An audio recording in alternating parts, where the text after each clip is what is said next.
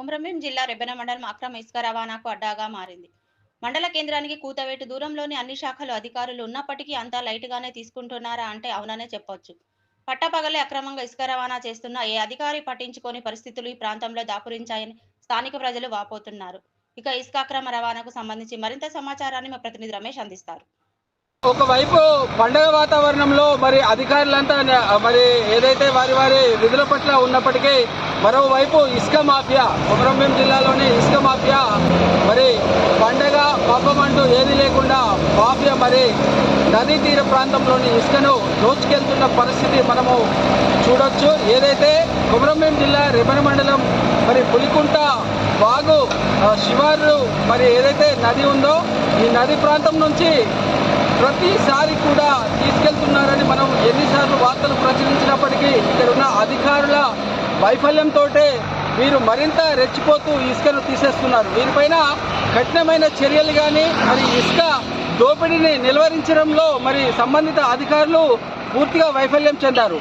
10కి పైగా ట్రాక్టర్లు ఇప్పుడు ప్రస్తుతం 10 గంటలు అవుతుంది. 10కి పైగా ట్రాక్టర్లు మరి ఎటువంటి అనుమతులు లేకుండా మరి నదీ ప్రాంతంలోకి వచ్చి ఇసుకను తోడేస్తున్నారు. మరి ఇలాంటి అక్రమ మరి ఏదైతే తరలింపును అడ్డుకోవాల్సిన రెవెన్యూ శాఖ, అదేవిధంగా మైనింగ్ శాఖ, అదేవిధంగా పోలీస్ శాఖలు వీటిపైన కనీసం కన్నెత్తి చూడకపోవడంతో ఈ యొక్క అక్రమ దంద మరి 3 పూలు 6 కాయల్లా కొనసాగుతుంది. అక్రమార్కులకు మరి అధికారులు మరి ఏదైతే చర్యలు తీసుకోవాల్సిన పరిస్థితుల్లో వారితో కుమ్మక్కయ్యారనే మరి ఏదైతే అనుమానాలు మరి ఏదైతే మరి ఆరోపణలు అనుమానాలు మరి తావిస్తున్నాయని చెప్పవచ్చు. ఇక్కడ మనం ఇప్పటికీ యథేచ్ఛగా కొనసాగుతున్న ఇసుక అక్రమ రవాణాపై ఇప్పటి వరకు పలు రకాలుగా ఏదైతే అక్రమ ఇసుక రవాణా జరుగుతుందని మనం వార్తలు చేసినప్పటికీ కూడా అధికారులు దీన్ని చాలా లైట్గా తీసుకుంటున్నారు. దీనిపైన జిల్లా మరి ఏదైతే కలెక్టర్ కానీ, అదేవిధంగా పోలీస్ బాస్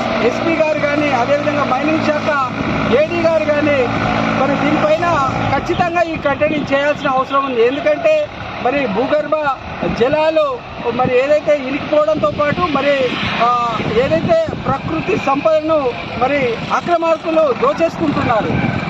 ఇప్పుడు మనం చూస్తున్న విజువల్స్లో కొన్ని ట్రాక్టర్లు దొరికాయి. ఆ దొరికిన ట్రాక్టర్లకు మొదటిసారి 5,000 రూపాయలు, రెండోసారి 10,000 రూపాయలు అంటూ రెబ్బెన మండల తహసీల్దార్ గారు మరి దీనికి సంబంధించి పన్నులు విధిస్తాము, ఖచ్చితంగా వాటిపైన కేసులు చేస్తాము, క్రిమినల్ కేసులు చేస్తామని కూడా మనకు చెప్పడం జరిగింది. దీనిపైన మరి ఇటు రెవెన్యూ మరి ఏదైతే తహసీల్దార్ కానీ ఖచ్చితంగా ఈ డీడీలు మరి నిన్నటియా ఇవాటియా అసలు ఆర్ఐకి తెలియదు, మరోవైపు తహసీల్దార్ కూడా తెలియని పరిస్థితి.